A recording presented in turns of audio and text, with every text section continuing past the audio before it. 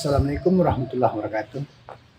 Bertemu lagi dengan saya Feni Effendi dalam menyusuri jejak-jejak ulama di tanah Minangkabau ini, khususnya di Luak 52. Sekarang kita berada di makam Syekh Ibrahim Harun Bomban. Beliau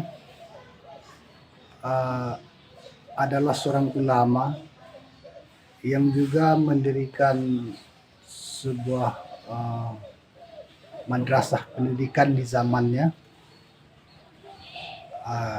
dan termasuk salah satu sekolah-sekolah awal dari pribumi di kota Payakumbuh ini. Syekh Ibrahim Harun berasal dari Lintau. Dia dulu belajar dengan Syekh Muhammad Taha di Limbukan, dan juga kepada Syekh Abdullah Halaban yang juga pernah berguru di sana, Syekh Muhammad Jamil Jahu, Syekh Arasuli Candung, juga pernah belajar dengan Syekh Abdullah Halaban. Pada mulanya Syekh Ibrahim Harun mengajar di Bomban ini dalam bentuk halakoh, dan ketika pada 1928 didirikan sekolah madrasah Islamiyah di Tiakar.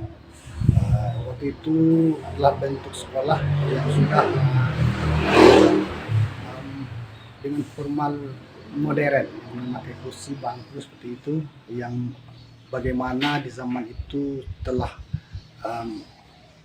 banyak melakukan hal yang sama, yang juga dirintis oleh Karti, seperti itu.